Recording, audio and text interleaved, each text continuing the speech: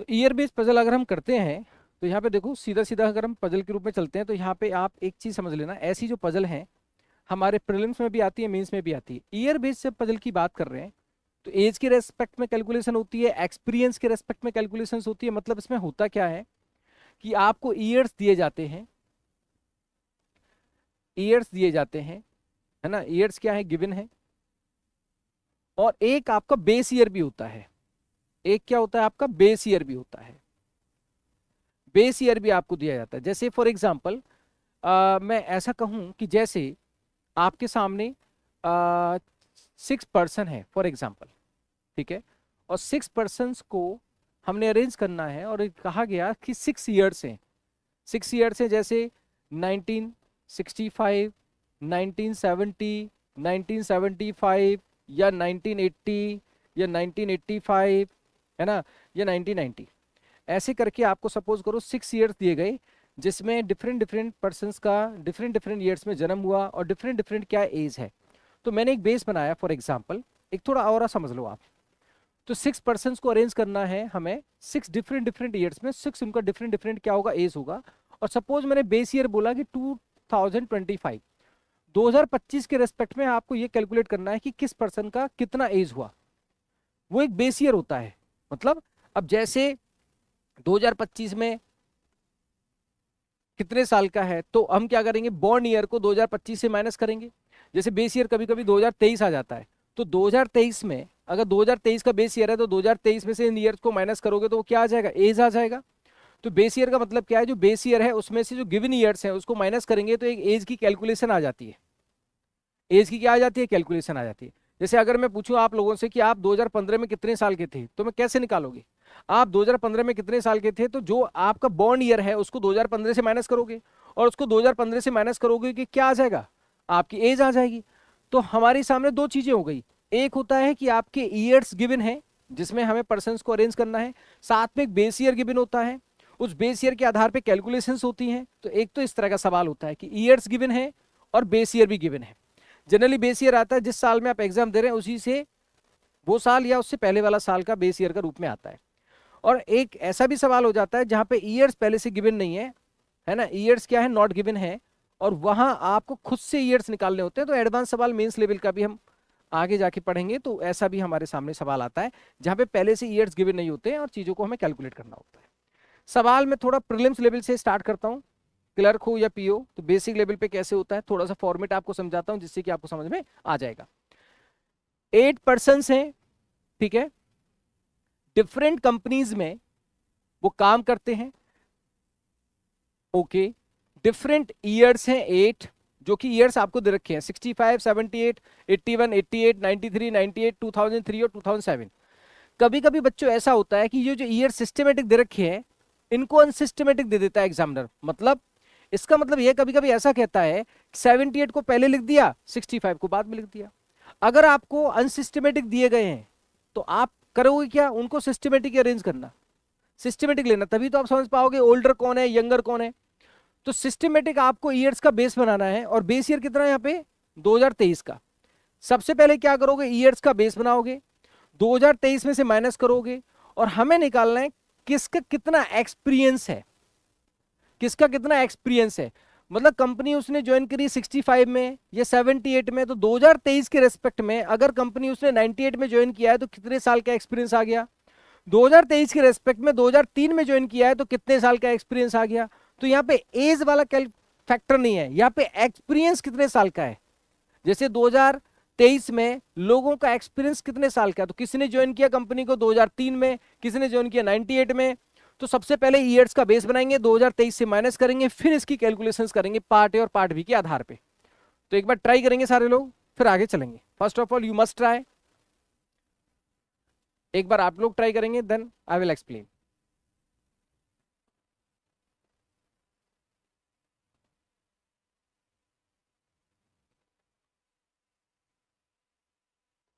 या पहला क्वेश्चन है तो मैं समझा दूं, ऐसा भी हो सकता है।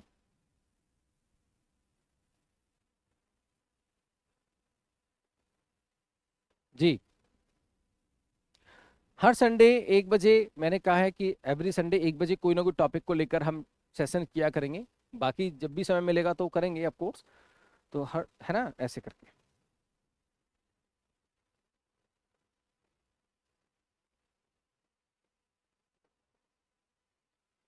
देखो पहला क्वेश्चन शायद मैं समझाऊं तो आपके समझ में आएगा, दूसरा क्वेश्चन फिर आप उड़ा दोगे। सबसे पहले चीज आपके सामने इंस्ट्रक्शन आया, और इंस्ट्रक्शन में क्या है, 8% हैं, 8% को डिफरेंट कंपनीज में ज्वाइन किया गया है।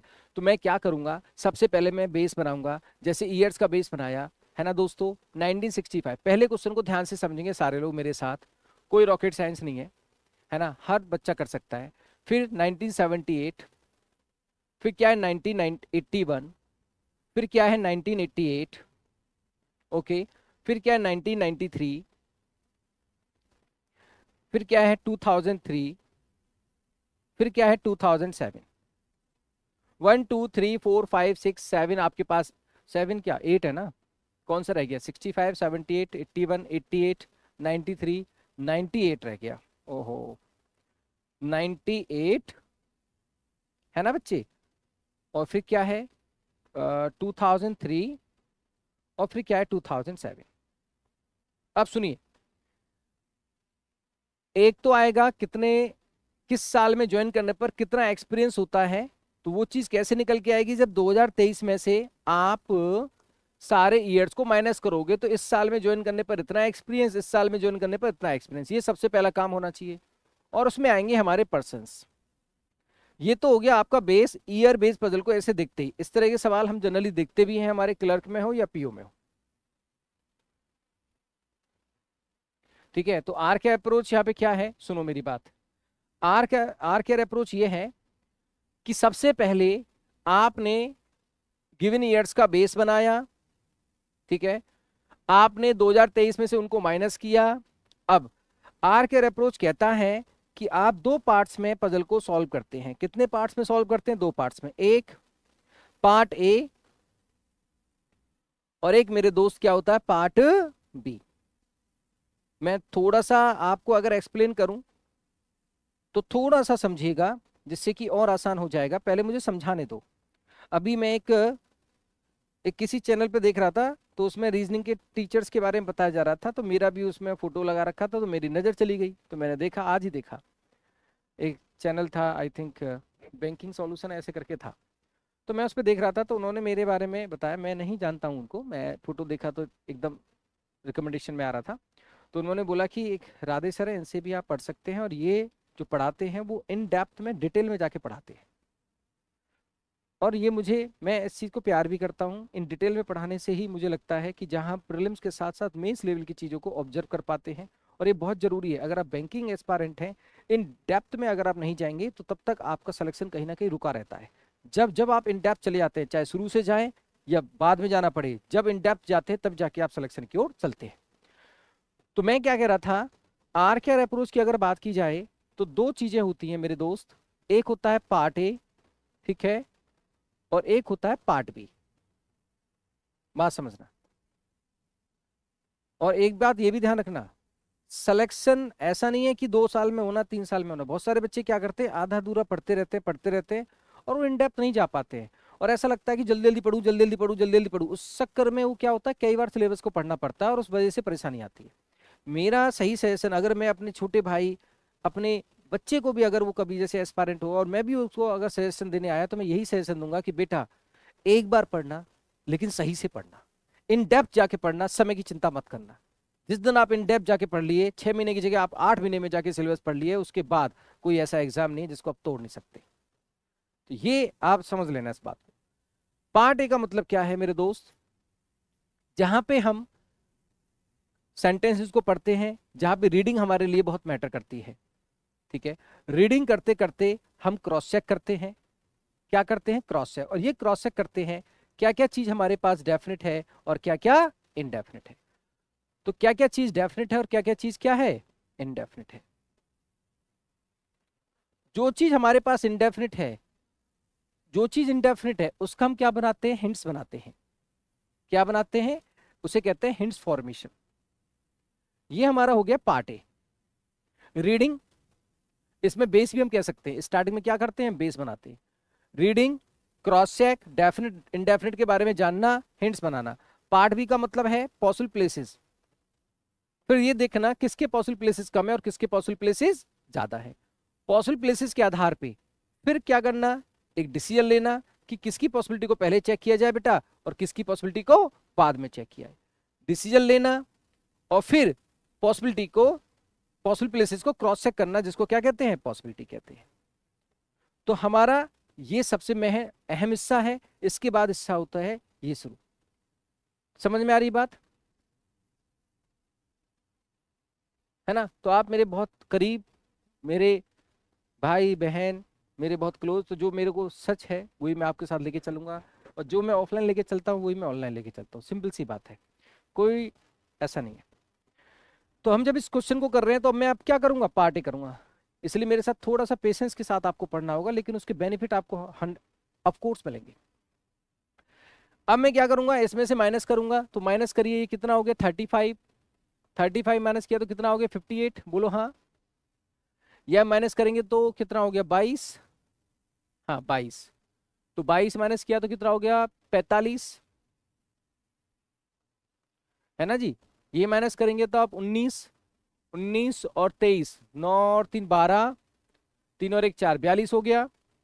इसको माइनस करेंगे 12, 12 और 23 ये हो गया 35, ठीक है। 7 और 23 30 हो गया। ये कितना हो गया 2 और 25 हो गया। ये कितना हो गया 20 हो गया। 7 माइनस करेंगे तो ये 16 हो गया। हाँ, ये सबसे पहला काम हुआ। अब इसके बाद क्या करोगे, सुनना ध्यान से। मैंने कनेक्टिंग सेंटेंस को पढ़ना स्टार्ट किया। वी का जो एक्सपीरियंस है वो क्या है, परफेक्ट स्क्वायर नंबर है। अब देखिए जरा, वी का एक्सपीरियंस परफेक्ट स्क्वायर नंबर कौन कौन सा हो सकता है। अब हमें हेल्प क्यों मिली, क्योंकि हमने पहले ये काम किया कि माइनस कर दिया, तो हमें पता चल जाएगा कौन सा एक्सपीरियंस का नंबर परफेक्ट स्क्वायर है। तो लास्ट में 16 है ना, हाँ। तो वी हमारा यहां हो सकता है और वी हमारा यहां हो सकता है, बाकी तो परफेक्ट स्क्वायर है नहीं। सम ऑफ डब्ल्यू एंड वी कितना है, 60 ईयर्स का है। वी और डब्ल्यू का सम जो 60 ईयर्स का है, तो एक बार देख लो जरा चेक करके। अगर इसमें 60 प्लस 60 सम आना चाहिए, तो 60 में अगर क्या जोड़े, 60 16, तो यहाँ पे आ गया 10 6 4 5 1 4, 44 साल। 44 तो हो ही नहीं सकता ना, नो 44 तो है ही नहीं। तो v का 16 नहीं आ सकता, क्योंकि v और w का जो समय वो 60 है। तो v का 16 करोगे तो 44 आना चाहिए दूसरा वाला, जो कि नहीं हो सकता, ये कैंसिल कर दो। तो v यहाँ पे कंफर्म हो गया। 25 के साथ 35 ऐड करोगे तो क्या आ जाएगा, दोनों का सम 60 आ जाएगा। एक बात क्लियर हो गई। आगे देखो क्या कहता है। आपका 7 और 6 का मल्टीपल क्या है बेटा, t। t 7 और 6 का मल्टीपल है। तो 7 और 6 का मल्टीपल ये 7 का नहीं है, ये 7 का भी है और 6 का भी है। तो यहाँ पे क्या आ जाएगा, आपका t आ जाएगा, बोलो हाँ। आगे देखो, कहता है x का क्या एक्सपीरियंस है, w से ज्यादा है और s से कम है। w से ज्यादा है, s से कम है, तो यहाँ पे क्या आ जाएगा आपका, s का एक्सपीरियंस ज्यादा है t से। अच्छा, s का t से ज्यादा है तो यहाँ हो सकता है, यहाँ हो सकता है। x का w से ज्यादा है और s से कम है, तो यहाँ पे x आ जाएगा, यहाँ पे s आ जाएगा। बहुत बढ़िया। आगे देखो, जो ज्वाइन करता है 2007 में, y नहीं है, तो y कैंसिल कर दो। अच्छा जी, q का ज्यादा है u से, कोई बात नहीं, लिख दिया आपने। y का मल्टीपल ऑफ 6 नहीं है, तो y यहाँ पे भी नहीं आएगा। मल्टीपल ऑफ 6 है, यहाँ नहीं है, यहाँ नहीं है, तो यहाँ पे क्या आ जाएगा, y आ जाएगा। q ज्यादा है u से, यहाँ पे q आ जाएगा, और ये क्लर्क प्रीलिम्स लेवल का सवाल है दोस्त। मैंने आपको समझाने का प्रयास किया पहले सवाल में कि पहले हम ईयर्स की इस तरह की पजल में बेस बनाते हैं। बेस बनाने के बाद जो बेस ईयर से ईयर का बेस बनाया, बेस ईयर में से ईयर्स को माइनस करते हैं, क्योंकि उससे हमारे कंपैरिजन आसान हो जाता है। उसके बाद हम पार्ट ए करते हैं, कनेक्टिंग सेंटेंस को पढ़ते हैं, सही जगह चीजों को क्रॉस चेक करते हुए चलते हैं, और लास्ट में अगर हमें और क्रॉस चेक करने की जरूरत पड़ी तो पॉसिबिलिटी चेक करते हैं, अदरवाइज कोई जरूरत नहीं पड़ती। अगला सवाल सारे लोग करेंगे, छोटा सा सवाल है, कीप इट अप गाइस। दोस्त हुआ गया, यहां पे 8 क्या है, डिफरेंट पर्सन है, ठीक है। इनका डिफरेंट ईयर में हो गया है जन्म। क्या हो गया है, जन्म हो गया है। और 2025 का क्या है, बेस ईयर है। 2025 में से ईयर्स को माइनस करके फिर आगे आप पार्ट ए क्रॉस चेक करोगे, यस या नो।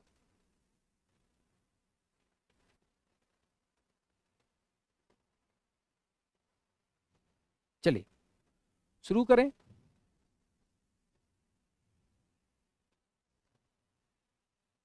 बहुत बढ़िया।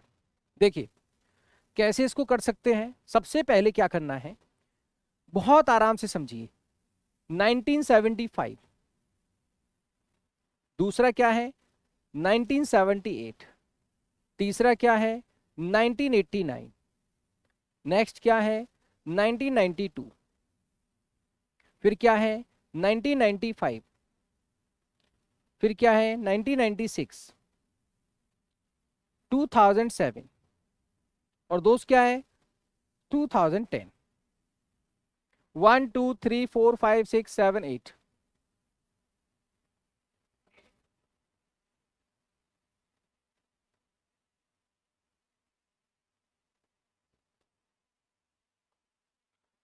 अब मेरी बात को ध्यान से सुनना, बात को ध्यान से सुनना। सबसे पहले जो बेस ईयर है 2025 का, उसमें से हम माइनस करेंगे ईयर्स को। बेस ईयर क्या है 2025 का, उसमें से माइनस करेंगे। बेस ईयर है 2025 है, इसमें से क्या करेंगे हम माइनस करेंगे। ठीक है, कैसे देखो, अगर हम माइनस करते हैं तो हमारे पास क्या क्या निकल के आता है। ये हो गया 25 और 25 क्या हो गया 50, है ना। ये क्या हो जाएगा 47। अच्छा जी, ये 11 और 25 36, 8 और 25 33, ये आपका हो जाएगा 5 और 25 30, है ना। ये हो जाएगा 29 और ये मेरे दोस्त हो जाएगा 25 में 7 18, 18 7 25 और ये हो जाएगा 15। सबसे पहला काम आपने ये कर दिया, बोलो हाँ। अब कनेक्टिंग सेंटेंस को पढ़ेंगे, ये इंस्ट्रक्शन पढ़ने के बाद हमने इतना काम किया। अब देखो क्या कहता है, एम क्या है 3 इयर्स ओल्डर है के से। एम 3 इयर्स ओल्डर है तो एम यहां हो सकता है पहला, के यहां हो सकता है। अच्छा जी, एम यहां हो सकता है, के यहां हो सकता है। अच्छा जी, एम यहां हो सकता है, के यहां हो सकता है। एम यहां हो सकता है, के यहां हो सकता है। एम की पॉसिबिलिटीज हैं 1 2 3 4। आगे पढ़ेंगे तो समझ में आएगा। 14 इयर्स का गैप है के और यू के बीच में। कहता है एम के से 3 साल बड़ा है, के और यू में 14 साल का डिफरेंस है। के और पी का जो एज है वो 1 ईयर ज्यादा है किससे, एन से। क्यू का एज मल्टीपल ऑफ 3 है और क्यू हमारा ऑड नंबर में नहीं है, इवन नंबर में होगा, इवन नंबर ईयर में, और मल्टीपल ऑफ 3 है तो क्यू। अच्छा, लेकिन एक और चीज है, एल यंगर है क्यू और आर से। क्यू और आर दोनों से यंगर कौन है, एल। ये पार्ट है, ये पार्ट है, मैंने वहां लिख दिया क्योंकि यहाँ स्पेस थोड़ा कम पड़ रहा था। ठीक है, अब सुनो क्या कहता है। क्यू यहां तो आएगा नहीं क्योंकि क्यू के बाद एल भी है, और इवन नंबर ईयर यहाँ है लेकिन ये 3 का मल्टीपल नहीं है। इवन नंबर ईयर 3 का मल्टीपल है तो क्यू यहां हो सकता है। इवन नंबर ईयर है, 3 का मल्टीपल नहीं है। तो आप थोड़ा पेशेंस के साथ चलते हो ना तो ज्यादा अच्छा होता है। मैं पेशेंस के साथ चला भाई, किसके साथ चला, पेशेंस के साथ चला। अगर मैं शुरुआत में चेक करता तो हो सकता है मेरे को एफर्ट लगाने पड़े, बट आप देखो ना, आपने पहले पार्ट एक कंप्लीट किया है और आपको समझ में आ गया कि क्यू जो है यहां होगा नहीं, क्यू के बाद तो एल भी होना चाहिए। क्यू इवन नंबर ईयर में है और इवन नंबर ईयर में मल्टीपल ऑफ 3 नहीं है, इवन नंबर ईयर में मल्टीपल ऑफ 3 है, इवन नंबर ईयर में मल्टीपल ऑफ 3 नहीं है, तो यहाँ पे आ गया क्यू। और क्यू यहाँ आने से ना के आएगा ना ही एम आएगा, और यहाँ पे के और एम नहीं आएंगे तो एम यहाँ भी नहीं आएगा। समझ में आ रही बात। तो यहाँ पे ये पॉसिबिलिटी क्या हो गई, कैंसिल हो गई, क्योंकि के यहाँ पे नहीं आएगा तो एम यहाँ पे नहीं आएगा, एम यहाँ पे नहीं आएगा तो के यहाँ पे नहीं आएगा। अब एम की पॉसिबिलिटी या तो यहाँ पे है दोस्त या फिर यहाँ पे, दो बातें हैं आपके साथ। अब चेक कर लेते हैं क्या होगा। अगर आप एम को यहाँ रखते हैं तो दोस्त यहाँ पे होगा के, और के यहाँ पे होने से 14 साल का डिफरेंस है के और यू में। अब 14 साल का डिफरेंस है तो -14 करो। 47 में से अगर आप -14 करते हैं तो आपके पास क्या आएगा, 33 आएगा, बोलो हाँ। और 33 आएगा तो 33 में आपका यू नहीं आ सकता। एम और के आपने रख दिए, कोई दिक्कत नहीं है, तो यू और के में 14 इयर्स का डिफरेंस होना चाहिए, तो यहाँ पे आपका यू नहीं आ सकता, इसलिए ये पॉसिबिलिटी भी क्या हो गई, कैंसिल, क्वेश्चन हो गया खत्म। तो बोले यहाँ पे क्या आ जाएगा बेटा, एम आ जाएगा, यहाँ पे क्या आ जाएगा, के आ जाएगा। के और यू में 14 ईयर्स का डिफरेंस है, तो 14 अगर इसमें प्लस करोगे, क्योंकि माइनस करके तो आएगा नहीं, तो 14 ईयर्स का डिफरेंस यहाँ पे क्या आ जाएगा, यू आ जाएगा। समझ में आ गई बात।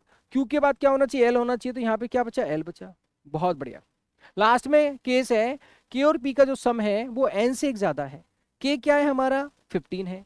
15 में क्या जोड़ें कि एन से एक ज्यादा हो। 15 में 36 अगर जोड़ते हैं तो 51 होता है, और 51 50 से एक ज्यादा है।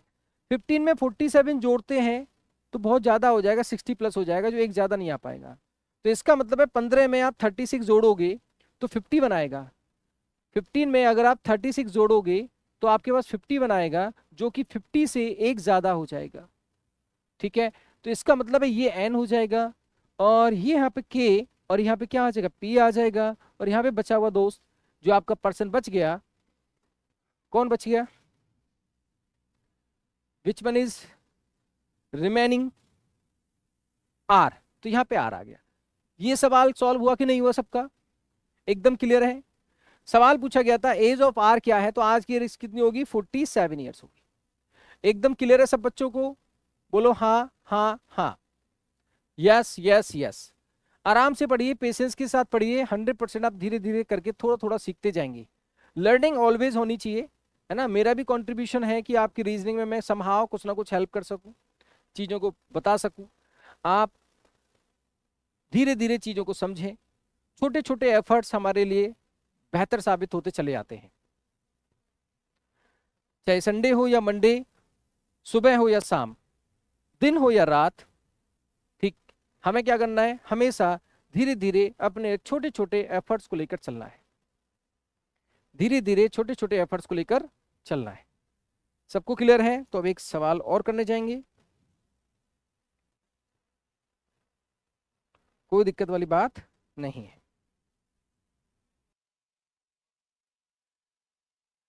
तो देखो इसमें क्या करना है, हाँ, इसमें हम बेस बनाएंगे मेरे दोस्त। सबसे पहले बेस बनाया हमने 1952, बहुत प्यारा सवाल है, मॉडरेट लेवल का है, साथ में वेरिएबल भी है दोस्तों, कलर का। तो क्या करेंगे, जैसे मैंने किया 1952, ध्यान से समझना, सिस्टमेटिक बेस बनाएंगे। 1955, मेरे प्यारे दोस्तों आपको लोड नहीं लेना है, चीज़ों को जानना है, समझना है, और जब भी मैं एक्सप्लेन करूँ तो सेल्फ इवेल्युएट करना है। कोई भी चीज़ मुश्किल नहीं है, कोई भी चीज़ ऐसी नहीं है जो सीखी नहीं जा सकती, समझी नहीं जा सकती। आप एक बात हमेशा ध्यान से समझिएगा, जो मैंने भी जाना अपने जीवन में, एग्जामिनर जिस सवाल को एग्जाम में दे सकता है, इसका मतलब वो तभी देता है कि उस क्वेश्चन की अप्रोच को जाना जा सकता है, समझा जा सकता है, और बेहतर तरीके से किया भी जा सकता है। ठीक है, तो इसलिए समस्या बिल्कुल नहीं होनी चाहिए। 1976, 1979, 1996, 2006, 1 2 3 4 5 6 7, 7 लोग हैं ना। आपका एज कुछ आएगा, पर्सन होएगा, और उसका कलर भी होएगा। इस तरह से मैंने यहाँ पे बेस बना दिया, जो कि after the instruction.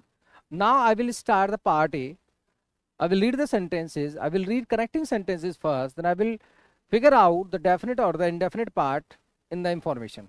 On the basis of indefinite, I will make hints, and after the possible places, I will check the possibility. Right? So now, let me check. हम स्टार्ट करेंगे। अच्छा, 2021 का base year, oh my God. क्या करेंगे, 2021 में से सबको minus करेंगे। माइनस किया 48, तो कितना हो गया 69, माइनस करेंगे 66, ये आपका हो गया 23 है, 33 गाइस, 33, तो 314 54, ओके।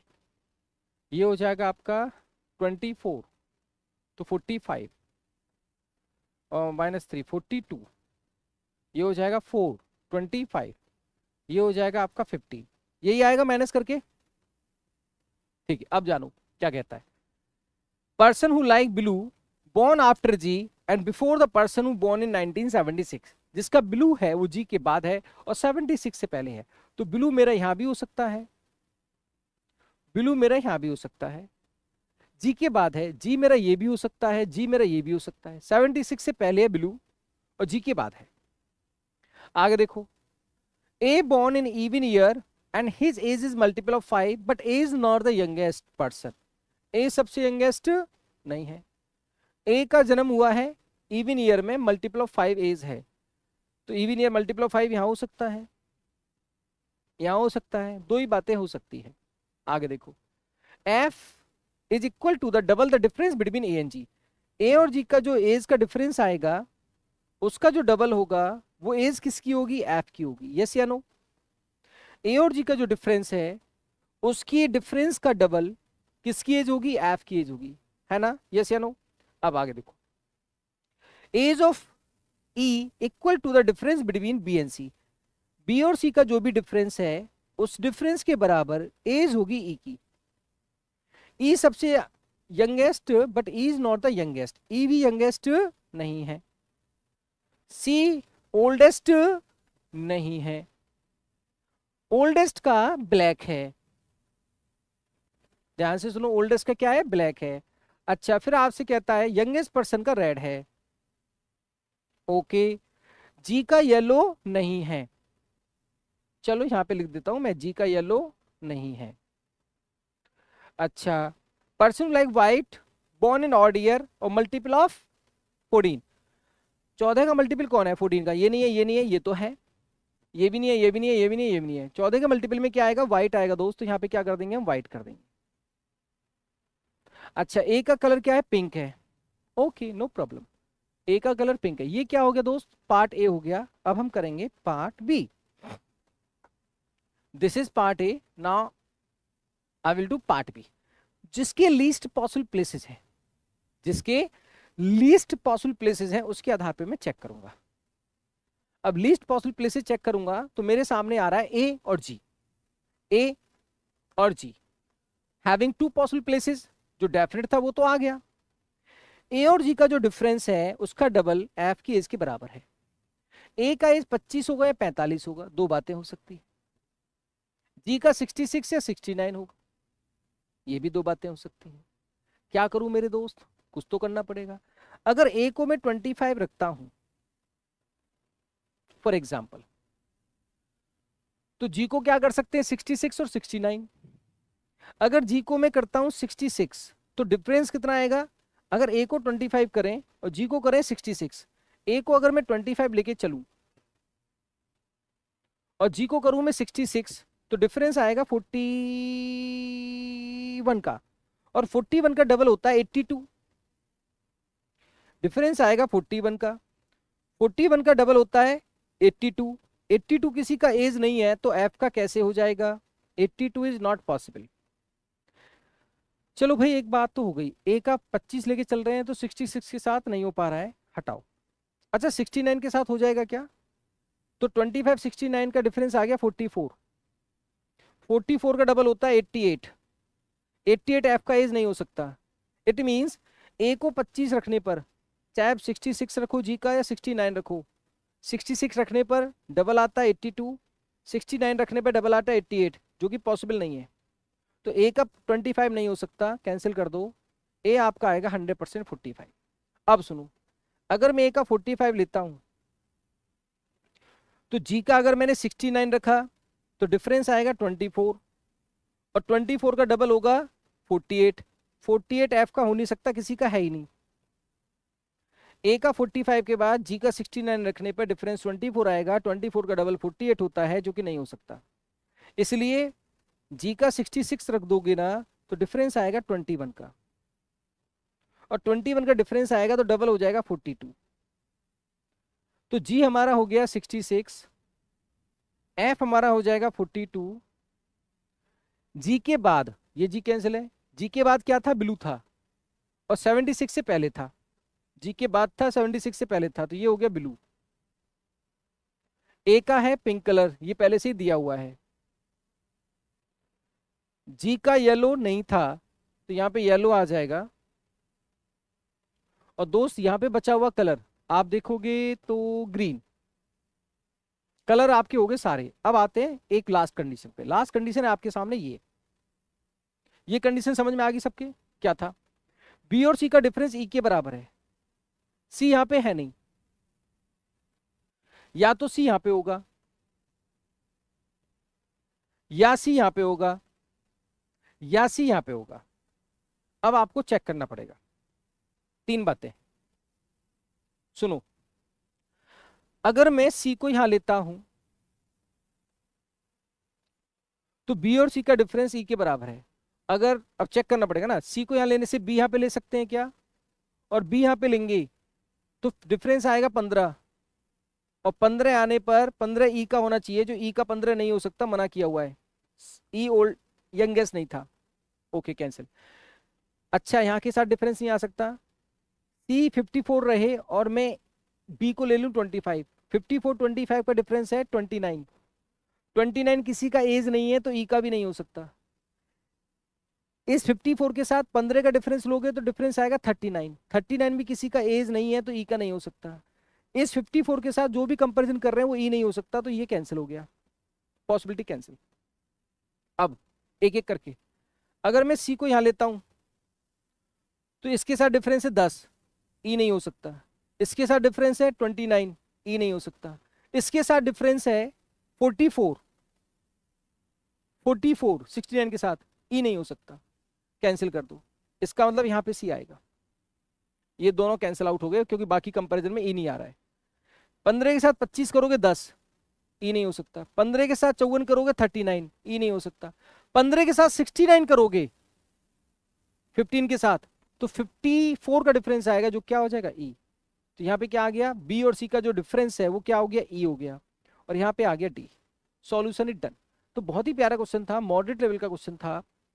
आरआरबी पीओ मेंस कह सकते हैं, क्लर्क मेंस लेवल कह सकते हैं, एसबीआई पीओ प्रीलिम्स लेवल कह सकते हैं। इस तरह से चीजों को हम यहाँ पे समझ सकते हैं।